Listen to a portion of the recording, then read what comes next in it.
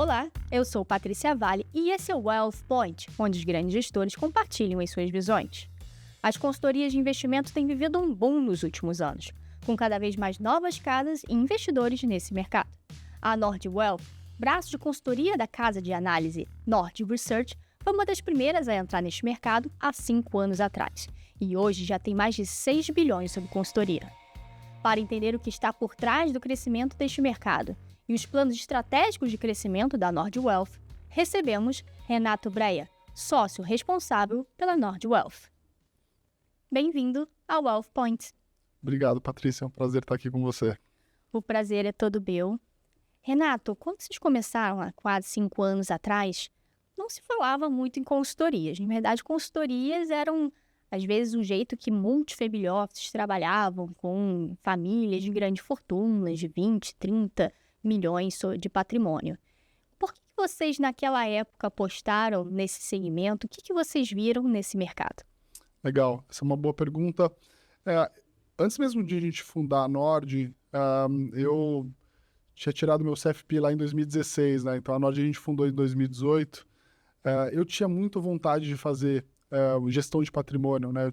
O CFP explica muito como é você gerir o patrimônio baseado um pouco no que é feito lá fora, né? Parecido com os RIAs, né?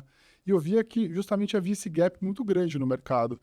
Eu tinha pessoas do meu relacionamento de mercado financeiro que atendiam, né, no private, em escritórios de multifamily offices muito grandes.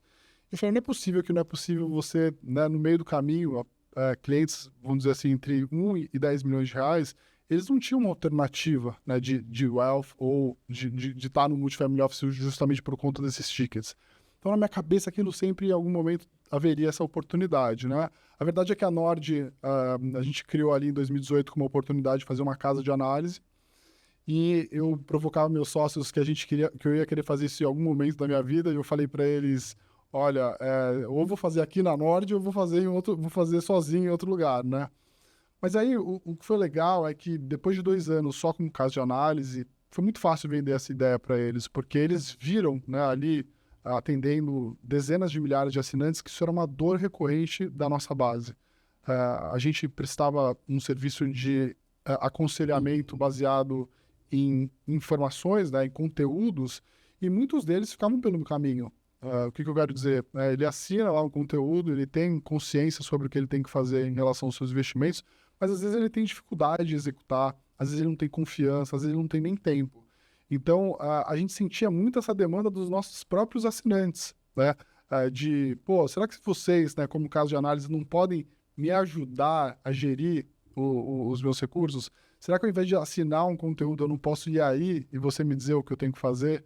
Então, foi um pouco dessa vontade minha lá atrás de seguir nesse caminho de gestão de patrimônio, mas também um pouco dessa dor que a gente via de falar diariamente com centenas de milhares de leitores, mas também com os nossos assinantes, nossos já clientes ali durante 2, 3 anos. Então foi muito fácil apostar nisso, né? É claro que não foi fácil ali logo no começo, porque acho que o mercado ainda não estava maduro o suficiente para entender o que era o modelo de fee-based, de consultoria, mas eu acho que, olhando para trás, a gente fez um movimento bastante acertado e eu fico feliz que a gente atingiu um tamanho legal e estamos com boas perspectivas no futuro. E qual o público-alvo que vocês miraram atender? Se foi esse que já estava lá na casa de análise? Quem é esse perfil? Isso mudou ao longo do tempo também? Hoje, qual é o público que vocês buscam? E você está falando desse crescimento, Renato. Quanto que vocês já têm hoje? Esse crescimento foi acelerado? Legal. Também é legal você ver como evoluiu esse mercado, né? A gente começou com clientes acima de R$1 milhão naquela época, porque a gente entendia que as pessoas estariam dispostas a pagar até mais ou menos uns R$500 por mês para um modelo de gestão de patrimônio. Pensando no orçamento familiar, pensando até na forma onde a gente poderia cobrar essa pessoa em parcelas. É interessante dizer que em 2020 as plataformas não estavam preparadas para o cliente ter os seus recursos lá na consultoria, o consultor vê os recursos, mas a parte de execução e cobrança nem estava desenvolvida. Então a gente tinha que cobrar os nossos clientes individualmente, às vezes no cartão de crédito, às vezes no boleto. Então a ideia do 1 milhão surgiu mais ou menos assim, 1 milhão é um cliente que eu acho que a gente consegue atender bem, tem um diferencial em relação ao mercado, e R$500 a gente acha que é o quanto ele conseguiria pagar no cartão de crédito. Então, os nossos primeiros 80 clientes, 100 clientes, eram nesse perfil que a gente fala que era o cliente de pagar uma assinatura, de fato. Só depois que as plataformas evoluíram, a gente conseguiu, de fato, cobrar dentro das plataformas, para você ver como 5 anos, né, muita coisa já evoluiu. Hoje a gente está plugado em 12 plataformas. O nosso perfil de cliente é esse cliente de 1 milhão mais, né, que a gente fala hoje, então é onde a gente mira. Hoje a gente tem clientes, é claro, que a gente segmenta, né, entre um perfil de 1 a 3, 3 a 5, 5 a 10 e acima de 10. A gente tem até agora com um plano de criar uma célula mais focada até para separar um pouco as equipes, né, dessa célula acima de 10, né? O nosso crescimento acelerado, né? Hoje a gente está com 6,2 bi, enquanto a gente está falando aqui, né? Começamos o ano com 6 bi. A nossa ideia acho que é tentar chegar esse ano até por volta de 10 bi, mas acho que mais do que o crescimento, a gente está muito animado com a mudança na indústria, no que está acontecendo, até mesmo nessa mudança, acho que no nível de consciência do mercado, de as pessoas entenderem de fato qual que é a diferença do modelo bancário, né, que foi aquele onde todo mundo tinha essas primeiras contas, depois do modelo de plataforma e assessoria, muito mais focado nas comissões do que, de fato, em gestão de patrimônio. E agora as pessoas estão percebendo, até com esse nível de consciência maior, que procurar um advisor, uma pessoa que está ao seu lado, né, te recomendando aquilo que faz sentido para a sua carteira de investimentos, com planejamento de curto, médio e longo prazo, acho que a gente está bastante animado de que acho que o mercado está cada vez mais maduro para entender o nosso modelo, né? Em 2020, pouca gente entendia. Era difícil vender o nosso modelo, mas eu acho que justamente por conta da evolução de todo o mercado, acho que hoje está mais fácil de explicar para as pessoas, né? E as pessoas procuram a gente também mais ativamente. E para explicar aqui para a nossa audiência exatamente o que é uma consultoria de investimentos e o que ela difere da assessoria de investimentos e da gestão de investimento, que são as três entidades lá que tem na CVM, né, que você pode escolher para fazer gestão de investimentos. Legal.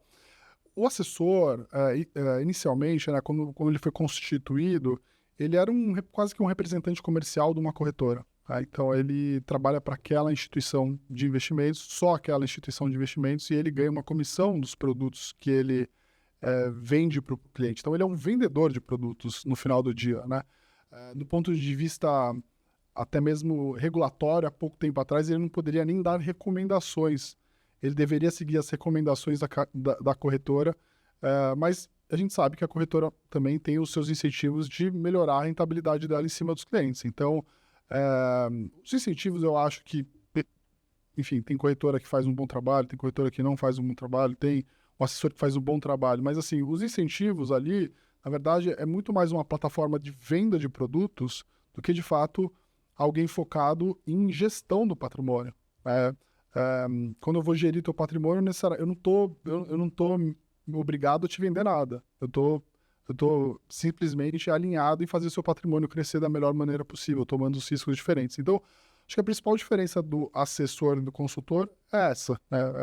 Um aqui está atrelado, em geral, a só uma instituição bancária ou uma plataforma como corretora, e os incentivos deles estão muito mais alinhados em vender produtos do que, de fato, gerir o patrimônio. Na consultoria, a ideia é que o cliente contrate, né, o consultor, e o consultor utilize de plataformas, né, não restrito a uma plataforma só. Hoje a gente está na Nord, né, plugado em mais de 12 instituições, tanto no Brasil quanto lá fora. Para mim, se o cliente vai abrir conta na instituição A ou B, fica às vezes até a critério dele. Então, o cliente nos contrata e a gente utiliza as plataformas para executar aquele plano de investimento para o cliente. Eu acho que essa é a principal diferença, onde ele sabe exatamente onde ele está pagando, o que ele está pagando, né? Uma comissão fixa, que a gente fala que é o modelo fee-based, ele tem uma taxa ali que é combinada, e todas as comissões dos produtos que eventualmente vão ser alocados na carteira dele, eles são devolvidos até em forma de cashback, né, as comissões. E a gente até fala que a legislação está melhorando, vamos dizer assim, essa transparência, né? Tiveram agora as novas CVM 175, 179, para melhorar essa transparência do mercado. De novo, não existe modelo certo e errado. mas acho que tendo mais transparência do que é um modelo ou o que é o outro, principalmente na parte de taxas, comissões, etc., eu acho que o cliente vai conseguir ter uma decisão melhor daquilo que é melhor para ele de fato, né? E eu acho que no modelo anterior, né, onde as pessoas, onde o assessor ganhava só comissão e os clientes não sabiam quanto que era essa comissão, fica muito difícil até ele saber e avaliar se esse trabalho está sendo bem feito. Então, acho que o mercado está amadurecendo nesse sentido e é por isso que a gente vê as consultorias crescendo tanto. Agora, só para complementar da diferença para a gestão de patrimônio. Com a gestora de patrimônio, ela faz um trabalho mais discricionário. Legal. Na consultoria, então, é o cliente que tem que dar o aval. Claro. E como que é essa consolidação do portfólio que as assessorias não fazem, que a consultoria faz? Perfeito. A diferença da gestora, que é, vamos dizer assim, nessa esteira aqui, né, é o mais sofisticada, vamos dizer assim, é que o mandato dado para a instituição, ela permite que a gestora execute sem, vamos dizer assim, a anuência do cliente. A consultoria, para cada ordem, né, ou cada recomendação, ela precisa de uma aprovação imediata, que é muito parecido, acho que a maioria das pessoas aqui entendem, que é você aprovar um push, né, na sua plataforma. Na gestora, essas operações elas são discricionárias, ou seja, a gestora ela tem um mandato, ele pode fazer o que ele quiser, mas tudo aquilo que já foi acordado dentro do mandato pode ser executado pela própria gestora. Eu vejo isso que é uma evolução de tudo aquilo que a gente está falando. Eu acho que daqui 2, 3 anos, eu vou voltar aqui no Neofeed, tomara, e a gente vai falar assim, olha, o modelo de consultoria está shiftando para o modelo de gestora. Por quê? A gestora ela vai ter a capacidade de ter mais agilidade para a alocação de recursos dos clientes, ela vai conseguir negociar com contrapartes que ela não negocia hoje dentro do modelo de consultoria. Pensa que o cliente da consultoria, ele está plugado, né, na instituição A ou B, e ele só negocia dentro do pool daquela instituição A ou B. Dentro da gestora, ele negocia com o mercado como um todo. Então, ele vai ter condições de contrapartes melhores, até com taxas melhores, entende? Então, acho que eu acho que daqui 2 ou 3 anos a gente vai estar falando sobre isso, né?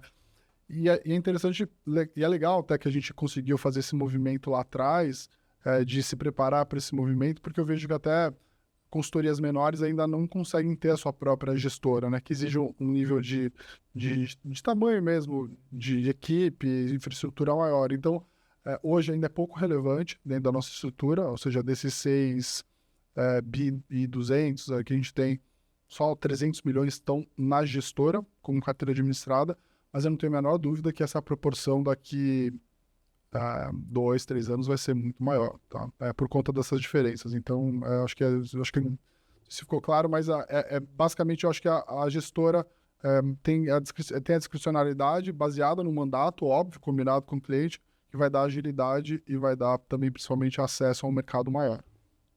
Agora, essas 3 figuras de gestão de investimentos que tem na CVM, tanto o gestor, como o assessor, como o consultor, elas são muito antigas, já estão previstas em legislação.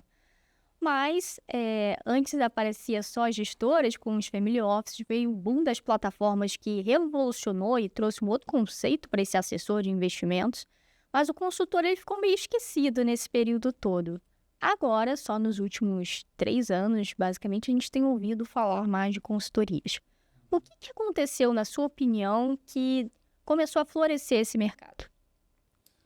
Eu acho que são várias, acho que dá para pensar aqui em várias possibilidades, mas primeiro eu acho que o assessor começou a entender que é importante ele também ter uma outra forma de trabalho além do modelo de comissão, né? Então ele começou a atender algum perfil de cliente mais já no modelo de consultor. Pessoas começaram a identificar que isso pode ser o futuro e começaram a montar negócios do zero, né? Empreendedores estão começando, tem uma audiência relevante ou tem um negócio similar que podem anexar um braço de gestão patrimonial, etc. Então assim, vamos dizer, são newcomers, né, no mercado. Tem gente, acho que o boom mais recente é de pessoas que estão começando do zero, mas também empresas que estão no modelo exclusivo e estão vendo que existem outras formas de você atender o cliente e precisam se preparar para isso. Eu diria que o boom tem a ver um pouco com isso. Mas acho que o pano de fundo tem a ver com tudo aquilo que a gente falou aqui, que é a evolução do brasileiro como investidor. A concentração bancária há 10 anos era de 95%. 95% do dinheiro dos brasileiros estavam nos bancos. Eu acho que isso já caiu agora para 85%, alguma coisa assim. Mas ainda é muito focado em plataformas. Plataformas que trabalham essencialmente no modelo de assessoria. Acho que a terceira onda aqui vai ser wealths, né, que são empresas que cuidam de gestão de patrimônio no modelo de consultoria ou gestora de patrimônio, que trabalham no modelo fee-based, que estão mais preocupadas com a gestão do patrimônio, visando o curto, médio e longo prazo, num plano de investimento, do que você ser um operador, um dealer ou um vendedor de produtos financeiros. Acho que as pessoas estão tendo um nível de consciência bem maior agora, e por isso que eu acho que está tendo essa transformação no mercado. Né? Você acha que a CVM 179, que entrou em vigor em novembro do ano passado, que traz transparência para essas comissões pagas por produtos nas plataformas, é um outro impulsionador disso? Sim. Sim, acho que o efeito até agora foi pequeno. Aliás, ela veio em boa hora, mas a gente tem que lembrar que demorou muito para sair, né? A gente espera que essa regulação tivesse saído já há mais de 2 anos. Mas eu acho que a transparência ela é boa para o amadurecimento do mercado. Acho que todo mundo vai lembrar que em algum momento, quando as pessoas iam fazer um crédito imobiliário, você tinha lá a taxa de juros, mas tinha um monte de coisas embutidas e criaram lá uma letrinha maravilhosa que é o custo efetivo total, né? Então, você podia falar, o banco podia, de alguma forma, ocultar que a taxa de juros era 10, mas tinha um custo efetivo de 12, 13, 14. Acho que esse é o nível de transparência que as pessoas precisam ter para tomar uma decisão de fato, porque os produtos financeiros precisam disso, né? E a mesma coisa serve isso quando a gente fala sobre investimentos. Se eu comprei um CDB que me paga 15% ao ano, mas eu sei de largada que ele deixou 1,5% de comissão, e quando eu vou ver isso em outro lugar, eu vejo que a comissão pode ser eventualmente diferente, eu vou conseguir começar a pensar se aquele meu assessor está fazendo um bom trabalho ou não, né? Então, acho que a transparência nas taxas, nas comissões, ele vai fazer com que os investidores comecem a tomar cada vez mais, tomar decisões melhores e questionar de fato o modelo. Não tem certo ou errado. Acho que acreditar que o modelo de gestão de patrimônio vai todo para o modelo de consultor ou vai para de gestor, eu acho que não vai. Para algumas pessoas vai fazer sentido trabalhar no modelo de assessoria para o resto da vida, não tem nenhum problema. O problema é que sem as informações corretas, todo mundo na mesma régua, as pessoas não conseguem tomar uma decisão. Então eu acho que a regulação da CVM hoje ela vai trazer mais maturidade, mais transparência para o mercado, acho que vai ser importante, mas eu não tenho a menor dúvida que isso vai favorecer o crescimento de consultorias e gestoras de patrimônio. E a impressão que passa é que isso também é uma transformação que está acontecendo no meio profissional também, não só dos investidores percebendo, mas dos profissionais querendo saber se eles querem realmente trabalhar no modelo comissionado, no modelo de assessoria, ou se eles estão querendo olhar para essa nova forma que está ganhando mais tração, que é a consultoria. Queria saber, na sua experiência como uma das maiores casas de consultoria no Brasil, se você tem recebido assessores curiosos para entender esse novo lado, como que vocês têm lidado com isso? Sim. A gente tem o nosso braço de B2B, né, desses 6.2, 1.1, mais ou menos 1.2 é nosso braço de B2B, que são assessores, antigos assessores, que não tinham dentro da estrutura onde eles estavam a possibilidade de ser um consultor e trabalhar no modelo fee-based. E viram na Nord uma forma de ter acesso a trabalhar dessa forma, onde ele vê que ele está mais alinhado com o perfil de cliente que ele atende, mas também se valer de todas as questões que a gente tem lá dentro, que é um research independente, uma inteligência de alocação, etc. Né? Eu acho que isso está passando por uma transformação relevante. Né? Depois que a gente divulgou aqui um investimento na nossa área de B2B, a gente tem mais de 200 conversas para marcar, porque muita gente nos procurou justamente para entender melhor esse modelo. Muitos deles não conseguem fazer essa transição porque ou estão amarrados em contratos dentro das estruturas onde eles estão, ou têm medo de empreender nesse sentido, porque de fato é empreender, né? Você mudar de carreira, mudar de modelo, você vai ter uma curva ali, né, de aprendizado, até de uma receita talvez menor no começo. Mas eu não tenho a menor dúvida que assim, a gente ali no dia a dia, como eu falei, como a gente tem uma audiência hoje, né, via assinantes, leitores, redes sociais, etc., todo santo dia a gente consegue ter um pouco de uma interação de uma pessoa que viu alguma coisa e falou, pô, será que eu não posso fazer o que vocês estão fazendo? Eu sempre quis fazer o que vocês estão fazendo, mas eu não consigo. Como que a gente pode te ajudar? A Nord faz isso para os clientes dela, mas a gente também está querendo oferecer uma infraestrutura para que profissionais do mercado que querem fazer a mesma coisa que a Nord faz, possam fazer isso através da nossa infraestrutura. Então, a gente precisa entregar uma infraestrutura que funcione de fato, com condições boas comerciais, com condições até que a gente consegue negociar com as plataformas melhores do que eles vão conseguir se negociar individualmente, com muita tecnologia de alocação, de research, de inteligência comercial, emprestar de alguma forma também a nossa audiência para que eles consigam lá dentro da cidade dele angariar mais recursos para os próprios clientes, de indicações, etc. Então, eu não tenho a menor dúvida que também não só existe uma mudança na cabeça do investidor, mas também uma mudança no profissional. Hoje existem, acho que, mais de 26 mil assessores no Brasil. O número de consultores ainda é muito pequeno, muito menor, deve ter uns 1.000 e poucos consultores, 2.000 consultores, alguma coisa assim, né? Então, olha a diferença. E eu acho que as coisas vão caminhar para ser algo mais parecido. De novo, não estou aqui sendo super otimista acreditar que esse gap vai fechar em 2 ou 3 anos, mas alguma coisa mais a longo prazo, de um mercado um pouco mais dividido, eu acredito que isso vai acontecer. Mas mostra de que há uma transformação nesse mercado, não só os assessores têm buscado as consultorias, como as próprias plataformas também se estruturaram para atender melhor essas consultorias. Sim. E as duas maiores do mercado têm até serviços mais específicos de Wealth as a Service para as consultorias. E cada vez mais as outras plataformas e até dos bancos têm lidado melhor com as consultorias. Queria que você falasse da sua experiência aí como uma das maiores, como tem sido a aceitação e mesmo a relação de trabalho para trabalhar com essas 12 plataformas que você aí tem contrato. Sim. A gente tem surpreendido que, assim, algumas plataformas, quando a gente começou lá em 2020, algumas plataformas não estavam, não confiavam que o modelo de consultoria ia vingar tanto no curto prazo. Então, o nosso crescimento e o crescimento de outras empresas igual a nossa fez com que eles acreditassem de fato que esse era o mercado para apostar. Então, também foi um processo de convencer as plataformas de que eles deviam ajudar a gente a melhorar o tipo de serviço, né? Aí, óbvio, a plataforma A começa a ver a plataforma B, né, crescendo. Opa, eu preciso também correr atrás desse mercado. A gente está passando por um outro momento que, assim, os bancos já estão vendo isso. Então, a gente já tem conversa avançada com alguns bancos tradicionais que querem olhar para esse movimento que está acontecendo agora. Então, bancos já tradicionais estão olhando para ter... já tinham células de MFO, mas para tickets muito mais altos, eles já estão pensando em ter tickets mais baixos e trabalhar no modelo de consultoria para justamente surfar também o que está acontecendo nesse mercado. Então, a gente está passando por uma mudança relevante.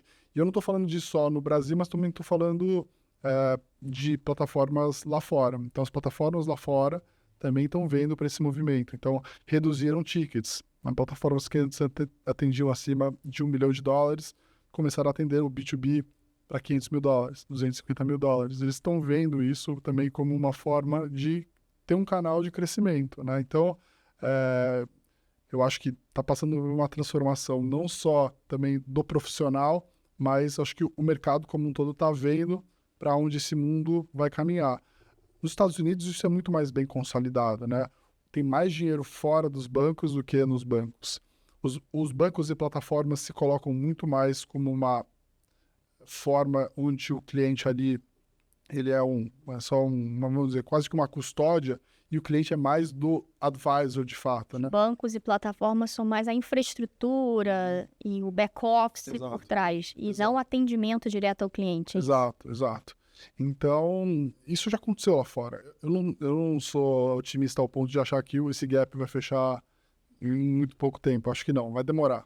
Mas está indo nessa direção, né? O Wealth Services, dentro dessas grandes instituições que eu estou falando aqui, e algumas delas já estão atingindo níveis proporcionais de assessoria e consultoria relevantes. E estão crescendo numa velocidade assim, de 100% ao ano. Então, é um mercado que todo mundo está olhando com muito cuidado, né? Plataforma, profissional de investimento, o empreendedor de assessoria, o empreendedor de consultoria, e até os grandes bancos agora estão começando a olhar e falar assim, bom, se as plataformas estão fazendo isso, será que a gente também tem que investir no nosso B2B? E a gente está tendo boas conversas, eu acho que o mercado vai caminhar para esse lado também. E olhando lá para os Estados Unidos, como você falou, Renato, que a gente vê que parece que o investidor ele está acostumado a pagar por esse serviço e talvez isso tenha sido mais natural dele ir com esse mercado independente. Não sei exatamente se lá como que foi essa transição do comissionado para o fee-based, mas eu sei que hoje já a maior parte do mercado é fee-based, inclusive, como você falou, fora de bancos e fee-based. Aqui no Brasil, muita gente aposta que talvez não seja como nos Estados Unidos, porque o brasileiro não vai pagar por esse serviço. Queria que você dissesse da sua experiência, porque você apostou nesse mercado, se realmente existe uma barreira cultural ou se é algo que é uma educação que a gente vai fazendo ao longo dos anos e que talvez sim a gente possa ter mais gente, um modelo que é pago, um cheque do que comissionado ao longo do tempo. Não, perfeito. Assim, o cliente ele acha que ele não paga aqui, né? Porque ele não tinha transparência. Agora, com transparência, ele vai saber que o que ele achava que ele não pagava, ele paga de fato. E ele vai poder fazer a conta se faz sentido quanto ele está pagando ou não. Acho que essa transparência já mudou. Então, como aquela dúvida que as pessoas tinham quando a gente montou lá em 2020, o cliente não quer pagar, né? Então, como que vocês vão trazer um cliente que quer pagar? Eu falei assim, não, na verdade o cliente já paga. E às vezes ele paga muito mais do que ele vai pagar pra gente. A diferença é que ele não sabe. É só essa. Isso acabou. Então, daqui para frente, as pessoas vão ter consciência exata de quanto que elas estão deixando de comissão. Então, acho que esse é o primeiro ponto. O segundo ponto que eu acho que os Estados Unidos difere do Brasil é que, primeiro, um mercado muito mais desenvolvido, né? As pessoas têm uma taxa de poupança muito maior, né? O número de famílias com mais de $1 milhão é muito maior lá. Enfim, você tem lá os segmentos muito mais bem definidos, né? O que é um wealth management, o que é um MFO, o que é um high, ultra high, enfim, tem todo, né, isso aqui é muito mais bem desenvolvido lá, mas principalmente porque nos Estados Unidos você tem, né, como em países desenvolvidos, uma taxa de juros que é muito baixa há muito tempo, né? Quando você tem uma taxa de juros muito baixa há muito tempo, o teu dinheiro parado, ele queima na tua mão, você precisa procurar um advisor para fazer essa alocação render, porque isso compromete o teu futuro. Tem outro detalhe que nos Estados Unidos também é muito forte para as pessoas procurarem um advisor, é que o imposto na sucessão ele é gigantesco. Então, assim, no curto prazo, se ele não investir bem o dinheiro dele, se ele não fizer nada, provavelmente o dinheiro dele não vai render nada, porque o CDI não existe lá, né? Você tem que tomar risco de mercado, então ele precisa de um profissional. E se ele não fizer um planejamento de longo prazo, lá na frente também ele vai tomar um pênalti gigantesco de não ter feito um bom planejamento, né? Tanto tributário, sucessório. Então, o advisor ele tem uma figura muito importante, tanto de curto quanto de longo prazo. Com taxa de juros também muito mais baixa, né, em geral as carteiras dos americanos têm algo em torno de 50% em equity, 50% em renda fixa, 60% em equities, 40% em renda fixa. Ou seja, com uma carteira muito mais arrojada, as pessoas estão também mais dispostas a pagar uma comissão maior. Para você ter uma ideia, é muito comum lá fora, mesmo famílias muito ricas pagarem 1% ao ano, 1,2% ao ano. Uma família muito rica no Brasil paga 0,2%, é ao contrário, né? Então, por ser muito grande, ele tem, vamos dizer assim, o poder de chegar no banco, no private dele ou no MFO e falar assim, não, você vai me cobrar uma taxa muito, muito baixa. Mas, de novo, é a maturidade do mercado. Então, assim, eu acho que a gente vai passar por essa... Acho que o mercado vai amadurecer nesse sentido. Eu não acredito que a gente vai ter taxas tão altas igual lá fora. Acho que o brasileiro ainda tem um pouco essa questão cultural de não querer pagar.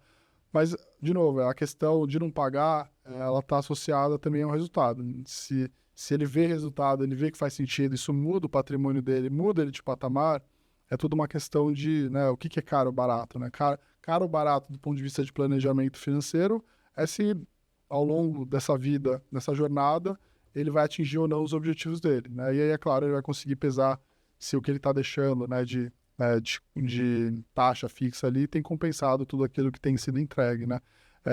É muito legal essas visitas que a gente faz lá para fora, porque a gente aprende muito, mas quando a gente fala, por exemplo, para um escritório multifamily office, lá que o Brasil está mudando do modelo de comissão para o modelo de fee-based, o pessoal fala assim, nossa, mas Agora, agora, assim, sério, né? Então, existem family offices nos Estados Unidos com 100 anos, 120 anos, eles estão tendo outros problemas, que é assim, o fundador já faleceu, já passou para outro, já está na terceira geração do dono do family office, entendeu? Então, assim, acho que esse é o nível que a gente está hoje. Mas eu não tenho a menor dúvida que as pessoas vão reconhecer como ter um profissional advisor do seu lado, faz sentido você, de fato, né, ter ali um combinado com ele, onde você sabe exatamente o que você vai pagar e ele está com o melhor dos interesses, querendo fazer a melhor alocação do seu capital.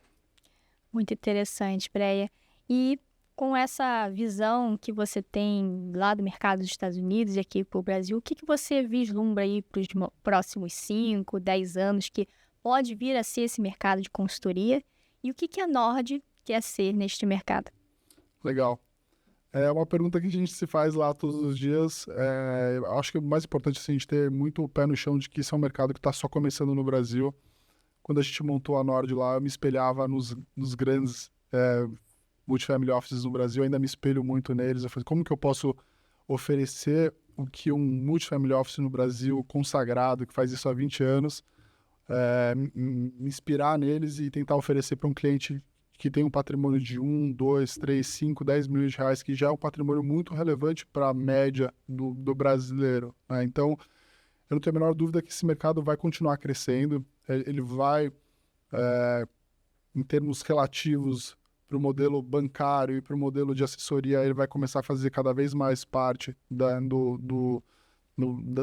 carteira do cliente brasileiro de alta renda, varejo alta renda ou cliente já mais private, eu não tenho a menor dúvida. Se você for olhar o que aconteceu também com o mundo de assessoria, vai ter um movimento de consolidação, as plataformas vão olhar isso com mais cuidado e vão eventualmente fazer investimentos para fomentar esse mercado. Algumas movimentações você já vê acontecendo, né? Então, ou as plataformas fomentando, ou escritórios muito grandes, single family offices indo para family offices, multifamily offices com tickets mais altos, montando células com tickets mais baixos. Então, tem sido um movimento bastante especial. A gente está bem animado. Eu não tenho a menor dúvida que esse mercado vai crescer muito nos próximos anos. Se a gente tiver algo próximo do que aconteceu nos Estados Unidos, acho que a gente já vai ver esse mercado multiplicar por muitas vezes, né? E eu acho que se as condições econômicas do Brasil também ajudarem, se a gente de fato ter um juro mais baixo durante mais tempo, né? A gente está próximo aí de mais um aumento da taxa de juros no Brasil, mas possivelmente talvez vislumbrar uma taxa de juros estrutural mais baixa lá na frente, a gente tem aquele efeito de financial deepening, né? Uma sensação melhor de Brasil, as pessoas procurando cada vez mais recursos voltados para renda variável, longo prazo, e aí, de novo, a gente acaba surfando toda essa vontade do investidor em procurar alguém profissional para ajudar ele a fazer essa alocação, né? Porque, de fato, um juro muito alto, ele é ruim para o empreendedor, ele é ruim para o banco, ele é ruim para a corretora, e ele é ruim para o investidor ao ponto de ele, de fato, procurar algo que tem a ver com planejamento financeiro de longo prazo, né? Deixam as pessoas muito confortáveis e não querer fazer nada. Acho que isso vai fazer uma diferença grande também.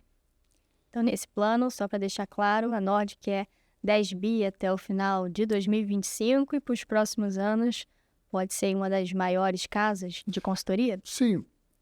A gente acha que o número, né, do tamanho da Nord, ele, às vezes, eu vejo as notícias e as pessoas, é claro, querem ter uma referência de onde a gente quer chegar, né?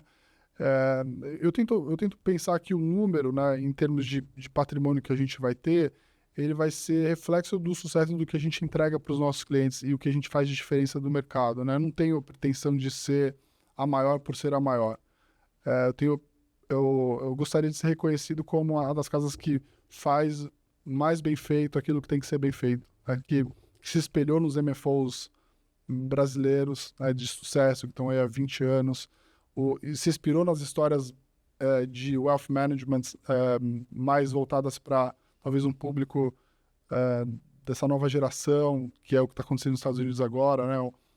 Casas de gestão de patrimônio para as novas gerações que misturam muita tecnologia da porta para dentro, mas que entrega proximidade também da porta para fora. Então, eu vejo muito isso, muito mais entusiasmado em melhorar, né, tudo aquilo que a gente faz, e eu acho que a consequência vai ser isso. A gente, obviamente, tem planos ousados de chegar a 10 bi esse ano, no ano que vem, eventualmente, a gente chegar aí a algo em torno de 20 bi também, mas eu acho que o mais importante é a gente todo dia saber que a gente está fazendo um pouco melhor do que a gente estava fazendo no passado. Eu acho que o mercado brasileiro ainda está nesse nosso nicho, né? Consultorias com 4, 5 anos de existência, a gente tem muito ainda para melhorar o que a gente pode fazer para a melhoria do mercado e para a melhoria dos nossos clientes. Isso eu não tenho a menor dúvida.